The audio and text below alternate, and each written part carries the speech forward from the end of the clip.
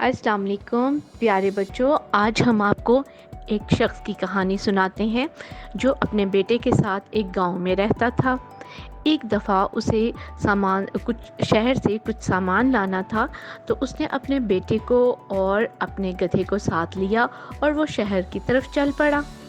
रास्ते में उसे एक शख्स मिला और उसने देखा कि गधे के साथ दोनों पैदल चल रहे हैं।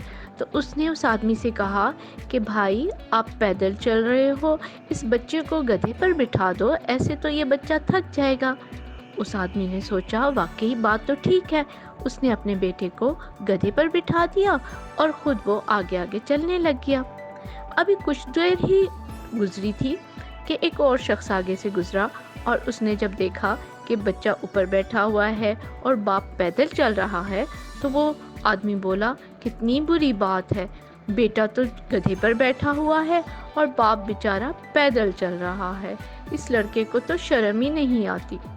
ये सुनना था कि वो बेचारा लड़का परेशान हो गया और वो जल्दी से गधे से नीचे उतरा और उसने कहा, अब्बा जान, आप गधे पर बैठ जाएं, अब मैं पैदल चलूँगा।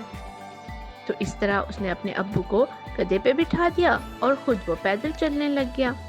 अभी वो चलते जाते ज़रा कुछ और दूर गए थे कि एकदम वहाँ से एक और काफ़िला सा गुज़रा और उसमें एक दो आदमियों ने कहा, ये देखो कितनी गलत बात है, ये खुद तो गधे पे बैठा हुआ है और बच्चा बेचारा पैदल चल के थक रहा है। उस काफ़िले में से एक शख्स ने कहा, जो करीब से गुजर रहे थे ना, उन्होंने एक शख्स ने कहा कि तुम लोग ऐसे क्यों नहीं करते कि तुम दोनों गधे पर बैठ जाओ और इस तरह तुम लोग आराम से सफ़र कर लोगे। तब उस शख्स ने सोचा, उस आदमी ने सोचा कि वाह, ये बात पहले क्यों नहीं हमारे जहन में आई कि हम बाप बेटा दोनों गधे पे बैठ जाते। तो बच्चों, फिर वो दोनों गधे पर बैठ गए और खुशी खुशी शहर की तरफ चल पड़े। अब फिर क्या था, जब थोड़ी ही दूर गए तो वहाँ पर फिर दो आदमी मिले और वो एक दूसरे से बातें करते हुए कहने लगे, तौबा तौबा, कितना जालिम शख्स है, देखो ज़रा, दोनों ही गधे पर बैठे हुए हैं, कितना बोझ डाला हुआ है बेचारे मासूम गधे पर। ये सुनना था कि वो फिर परेशान हो गए और वो जल्दी से गधे से नीचे उतरे। तो उस वक़्त बेटे ने कहा कि अब्बू, ऐसे करते हैं, हम अपने गधे को थोड़ा सा घास फूस खिलाते हैं, ज़रा पानी पिलाते हैं, ये वाकई हमारे वज़न से थक गया होगा। उन्होंने वहाँ करीब एक दुकान थी, वहाँ से गधे के लिए घास लिया, उसको घास खिलाई, पानी पिलाया और फिर उन्होंने सोचा कि ऐसे करते हैं, अब गधा थक गया होगा तो हम इसको बांध के और इसको साथ उठा लेते हैं अपने कंधों पर और शहर की तरफ चलते हैं।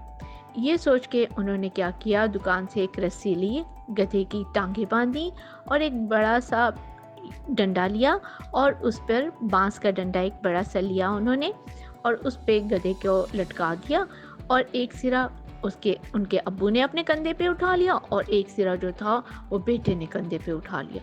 अब जब ऐसे वो चलने लगे तो लोग देख के उन्हें हंसने लग गए कि ये क्या, गधे को लटका के लेके जा रहे हैं। और गधा भी परेशान हो गया यूं उल्टा लटकने से। गधे ने भी शोर मचाना शुरू कर दिया और साथ उसने ज़ोर ज़ोर से टांगें हिलानी शुरू कर दी। नतीजा क्या हुआ, रस्सी टूट गई और गधा धड़ाम से नीचे गिरा और नीचे साथ ही नदी थी, वो पानी में जा गिरा। बाप बेटे ने बड़ी मुश्किल से गधे को पानी से निकाला और लोग भी कह के मार मार के उन पे हंस रहे थे।